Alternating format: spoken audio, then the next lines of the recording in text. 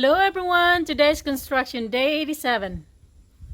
So I received an email from a viewer who is going to be building his retirement home here in the Dumaguete area, and sent a very nice email, asked a series of questions. So I did my best to get as much information to him as I could. But one of the questions was, and it was kind of two-phased, it was, how safe do I feel as a foreigner here in the Dumaguete area? And then security or safety at the job site, having all the tools and supplies and things like that that we have up at the job site. So I thought that was an interesting question, and I figured I'd do a quick video to address that, so everyone gets an opportunity to see my response. So I'm going to go ahead and do a walk and talk up to the job site, and I'm going to do my best to answer that question. So safety in the Philippines for expats. So quick disclaimer, I'm no expert. I've only been here in the Philippines for 15 months, 11 months in Leyte, and just over 4 months here in Negros Oriental. So I'm limited in my experience for sure. So I guess if you live in Manila, you live in Cebu, bigger cities, you know, my answer may be different. But I'm going to go ahead and do my best to answer that question in two phases. One, overall safety, and then, you know, security of our job site, which was the question from the email that I received. So right off the bat, do I feel safe in the Philippines? Answer 100% yes. I've heard of no theft, no issues at all in the 15 months I've been here. And I think I know why. Again, I'm no expert. There is a lot of security here. You go to a bank, you go to a grocery store, you go to a hardware store, basically any business, there's a security guard with a gun manning the entrance. And you guys remember, if you saw the video, dinner in Dumaguete, where Wilma and I went to the Japanese restaurant. What was there when we pulled in? 5 security guards. So one in the 4 corners of the property, one in the center, all with 12 gauge shotguns. So does that make me as a patron feel safe? Absolutely. Do I think that heavy security is good? Yes, I personally do. As compared to, say, the US, where you hear about crime all the time. You hear about people just rushing into stores with a pack of people and just stealing that business blind. Hear it all the time. I don't think that would happen here. Just because I believe the security guards who are carrying guns would basically shoot you if you attempt to run into an establishment and, you know, say a jewelry store, and break the glass and steal a bunch of watches and jewelry. I believe you get shot. So do I feel safe here in the Philippines? Absolutely. No reason not to. So again, limited to Negros Oriental, limited to Leyte. We're out and about all the time talking to people. We don't hear anything about break-ins, people's vehicles getting stolen or damaged, theft, either at a business or someone's private home. We've heard absolutely nothing. So I hope that answers the question. Now, for the building site, I would suggest that you have some type of security to look over your building site like we do. So you guys met Vince, and you've seen him. He's a mason here. You've seen him many, many times on videos. But he's also the guard here at night. He stays here in that little bodega. See if I can zoom in, that little shack there.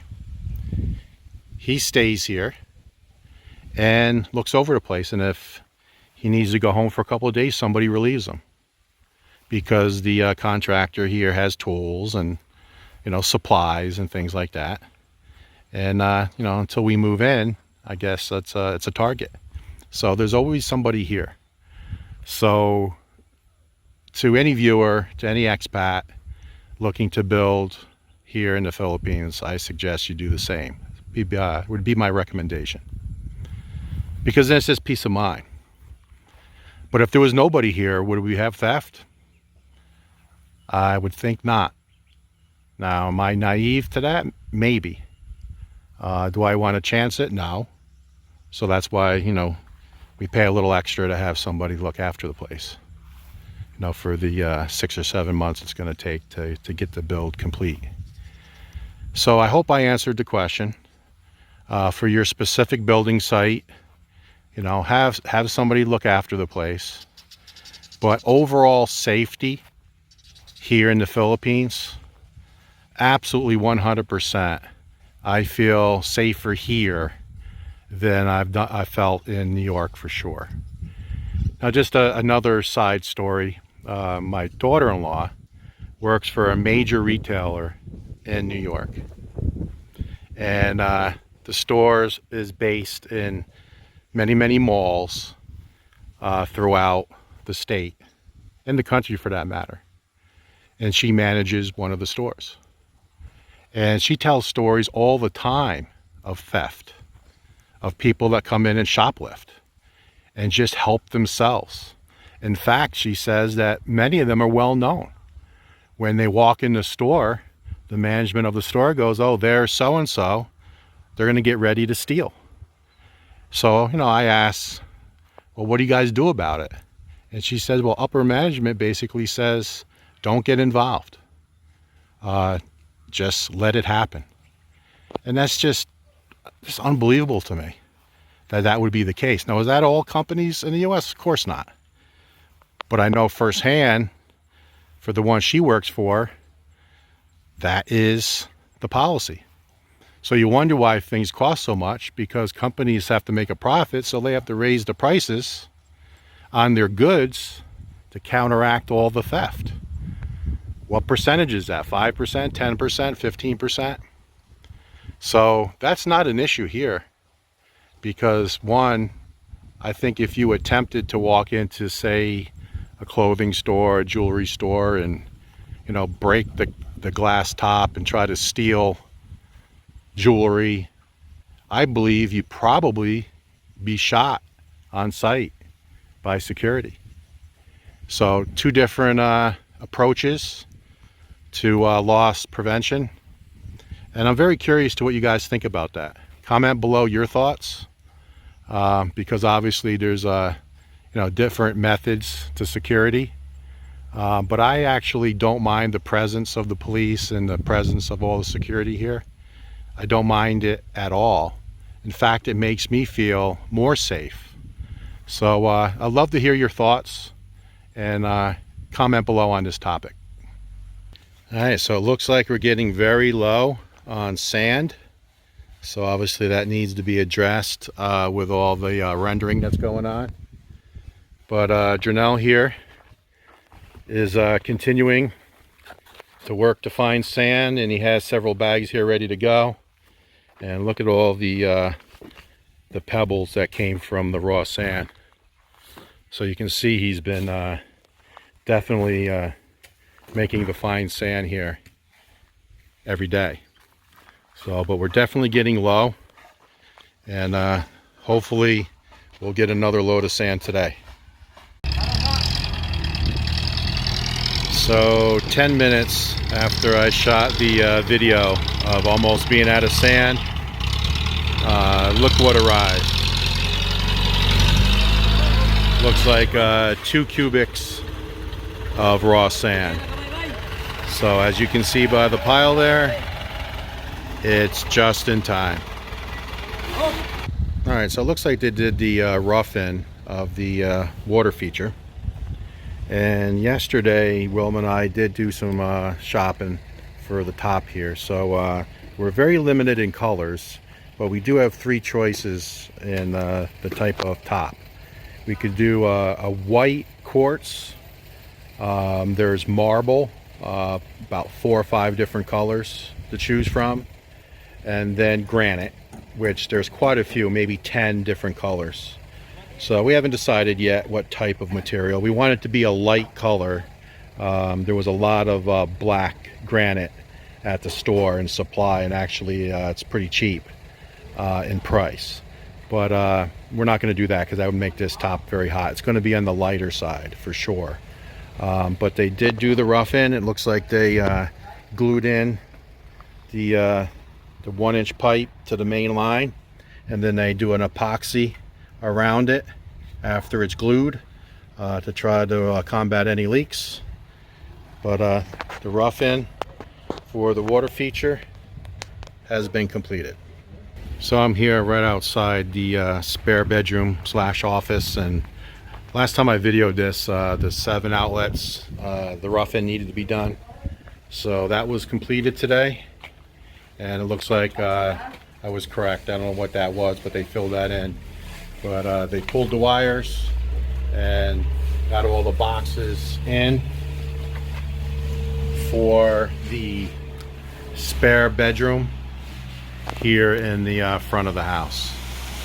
So here in the main living space, I don't know if you noticed, but this was just wall here yesterday with no rough in.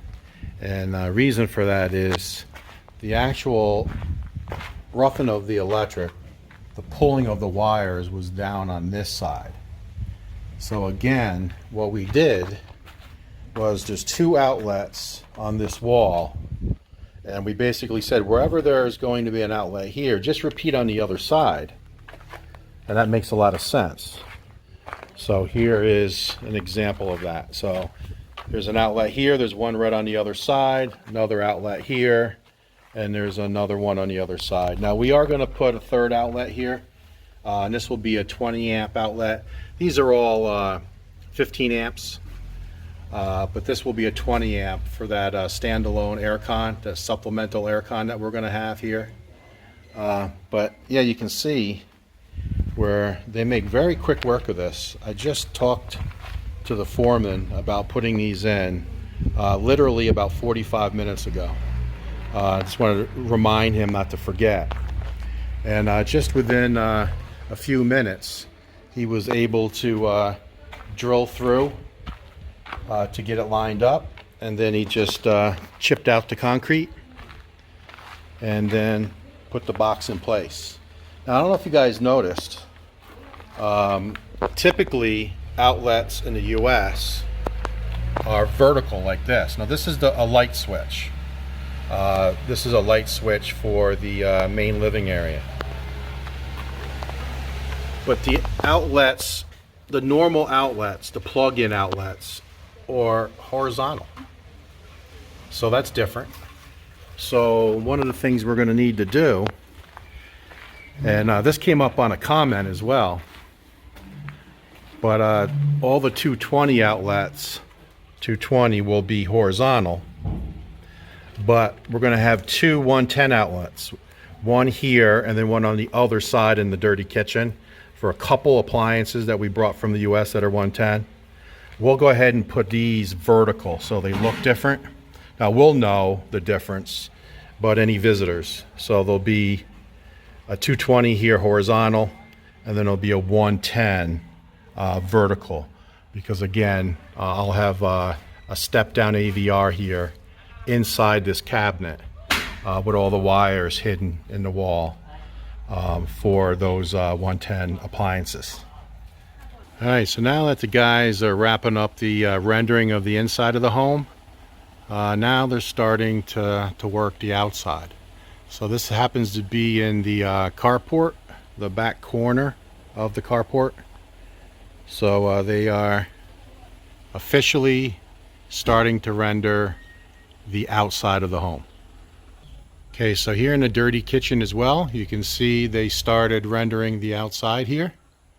Looks very good. And there'll be 2 240 centimeter granite tops here for the dirty kitchen. So that's 480 centimeters. And it's a little over 500 centimeters from that column to here. So the refrigerator, or second refrigerator, will go here, and then there'll be 480 centimeters of granite countertops here for prep space for the dirty kitchen. Now, electrical outlets will mirror the main kitchen. So what I mean by that is, since the main refrigerator here, the 36-inch wide refrigerator here, with the electrical outlet there, will punch through and put an outlet right there for the refrigerator, and that'll be a 220 amp, and it'll have its own circuit breaker. And then wherever there's an outlet here, there'll be another outlet in the dirty kitchen. So we'll have 1, 2, 3 220s on the opposite side of this wall in the dirty kitchen, and then there'll be another 110 outlet on the other side as well. So it'll just mirror the main kitchen.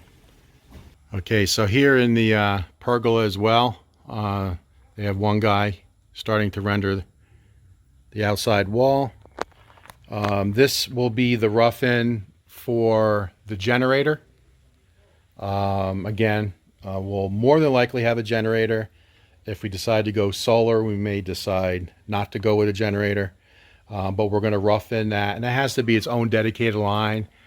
Don't quote me, but I believe it's 40 amp, so it needs to be a thicker wire and a thicker circuit breaker. But don't quote me on the 40 amp.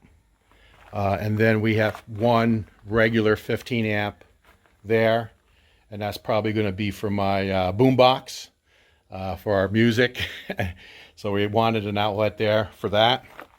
And then there'll also be an outlet here for the pool pump, and that will also be a dedicated line, and I do not know the amperage. I'm going to say it's 30 amp. That's a guess. It could be 20 to run the pool pump, so that'll be its own dedicated line as well.